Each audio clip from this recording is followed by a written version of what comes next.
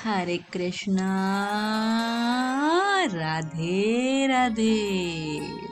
आप सभी का स्वागत है मेरे YouTube चैनल श्री राधा माधव रसामृत में। आज की वीडियो में हम वैशाख मास महत्तम के अध्याय 26 का पाठ करेंगे। तो आइए इस कथा को शुरू करते हैं, पर हम उससे पहले वंदना करेंगे हमारे गणपति जी की। सुर नर मुनि सब हैं भजे तुमको हे शिवलाल, प्रमुदित माता पार्वती जय हो दीन दयाल। बोलो गणपति महाराज की जय। अब हम प्रणाम करेंगे हमारे गुरु महाराज को। गुरु भक्ति दृढ़ के करो पीछे और उपाय, बिन गुरु भक्ति मोह जग कभी न काटा जाए। बोलो गुरु महाराज की जय, वैशाख के ठाकुर की जय। कथा शुरू करते हैं। श्रुति देव कहने लगे कि शंख ऋषि और व्याध उसको इस प्रकार देखकर बड़े विस्मय से पूछने लगे कि तुम कौन हो और किस पाप से तुम इस योनि को प्राप्त हुए, और अब किस शुभ कर्म से तुम्हारी बुद्धि शुद्ध हुई और अकस्मात तेरी मुक्ति हो गई। शंख के इस प्रकार पूछने पर वह पृथ्वी पर दंडवत गिरकर सिर झुका और हाथ जोड़कर कहने लगा कि मैं कुसिद मुनि का पुत्र रोचन नाम वाला प्रयागराज का ब्राह्मण था। आसन, शयन, निद्रा, लोकचर्या, ब्याज लेना यही मेरा काम था। मेरी किसी के प्रति श्रद्धा नहीं थी। इसी तरह मेरा बहुत सा समय व्यतीत हो गया। एक समय भगवान के प्रिय वैशाख मास में जयंत नाम का एक ब्राह्मण वहां आया और इस क्षेत्र के रहने वाले बहुत से हजारों स्त्री पुरुष उससे वैशाख मास की कथा सुनने लगे। सब लोग प्राय समय स्नान कर मन लगाकर उसकी कथा सुनते थे। मैं केवल कौतुक देखने के लिए उस सभा में जाया करता था। मैं सिर पर पगड़ी बांध चबाकर बड़े दम्भ से वहां जाकर लोगों से इधर उधर की बातें करता और उनका मन कथा से हटाता था। उसी दोष के कारण मेरी बुद्धि नष्ट हो गई, अवस्था क्षीण हो गई और सन्निपात से मेरे प्राण निकल गए। यमदूत मुझको पकड़कर बड़े भयंकर नरक में ले गए और मैं वहां 14 मनवंतर तक अनेकों दुखों को भोगता रहा। उसके पश्चात 84 लाख योनि भोगकर इस रूप में वृक्ष के कोटर में बैठा हूँ।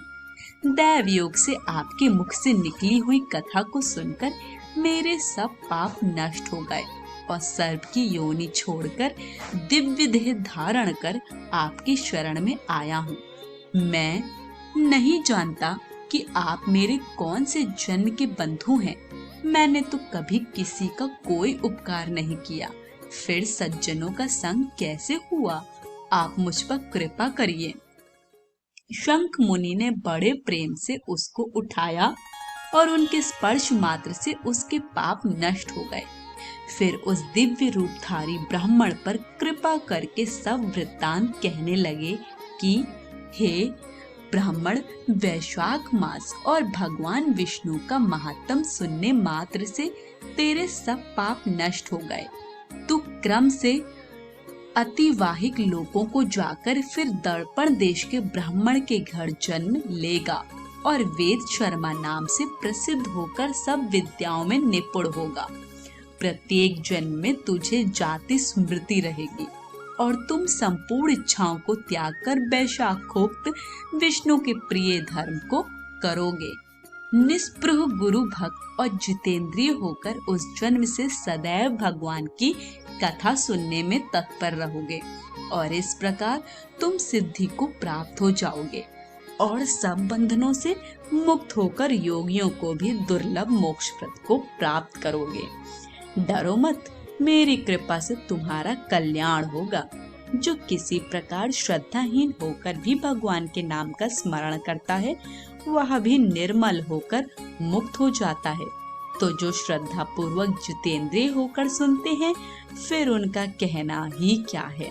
जो कोई भक्ति से अथवा द्वेष से भी कथा आदि करते या सुनते हैं अथवा भगवान की उपासना करते हैं, वे सभी मुक्त हो जाते हैं। भगवान के भिन्न यश से अंकित जो अनेक नाम हैं, उन्हें साधु महात्मा सुनते हैं, गान करते हैं और मनन करते हैं। ऐसी भगवान की सेवा में ना कष्ट उठाना पड़ता है, ना धन खर्च होता है। जिनके स्मरण मात्र से प्रकाशमय धाम मिलता है, उस दयालु परमात्मा के शरण में हम जाते हैं। तुम भी उस नारायण की शरण में जाओ, वैशाखोक्त धर्म के कार्यों को करो, इसी से भगवान तुम पर प्रसन्न होंगे। ऐसा कहकर मुनीश्वर चुप हो गए।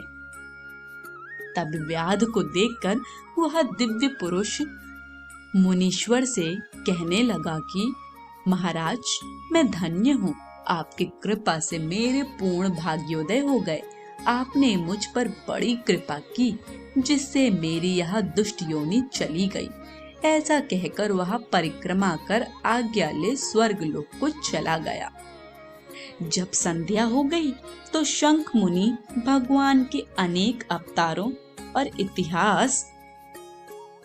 इतिहास की कथा सुनाते रहे। प्रातः काल में ब्रह्म मुहूर्त में उठकर शौचादि क्रिया से निवृत्त होकर सूर्योदय से पहले ही स्नान कर संध्या वंदन और तर्पण आदि करके व्याध को बुला उसके सिर पर प्रोक्षण कर वेद से भी अधिक शुभदायक फल देने वाला राम 2 अक्षर का मंत्र जपने के लिए बताया। शंख कहने लगे कि हे व्याध, विष्णु का नाम अनेक पापों को दूर करने वाला है, इसलिए हे व्याध, तुम निरंतर राम नाम का जाप करते रहा करो। राम नाम का निरंतर जाप करने और वैशाखोक्त धर्म का पालन करने से तुम्हारा जन्म वाल्मीकि ऋषि के कुल में होगा और तुम वाल्मीकि नाम से प्रसिद्ध होगे। इस प्रकार यह सब बातें व्याध को बताकर शंख मुनि दक्षिण दिशा को चले गए और व्याध कुछ दूर उनके पीछे जाकर हाय हाय करके वियोग में रोने लगा। जब तक नेत्रों से ओझल न हुए उन्हीं की तरफ देखता रहा। फिर उठकर वन को स्वच्छ कर उस मार्ग पर प्याऊ लगाकर वैशाखोक्त धर्मों का पालन करने लगा। वन के केत, पनस, जामुन आदि फलों को इकट्ठा करके श्रम के थके हुए पथिकों को भोजन कराता। जूते, चंदन, छतरी, पंखा आदि से पथिकों की सेवा करता। उनको बालू का बिछौना बिछाता तथा रात दिन राम नाम का जाप करने लगा। इस प्रकार जन्म बिताकर वाल्मीकि ऋषि के घर जन्म लिया। उसी सरोवर के किनारे कृणो नाम के ऋषि दुस्तर तप करते थे। उनके शरीर पर बहुत दिन तक समाधि लगाने से दीमक की बांबी बन गई थी। इसी कारण उनको वाल्मीकि ऋषि कहने लगे।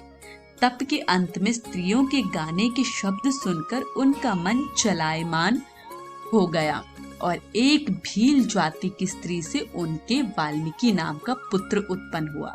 यह वाल्मीकि बड़े ही तपस्वी और यशस्वी हुए, जिन्होंने मनोहर छंदों में संसार के सब बंधनों को काटने वाली राम कथा कही।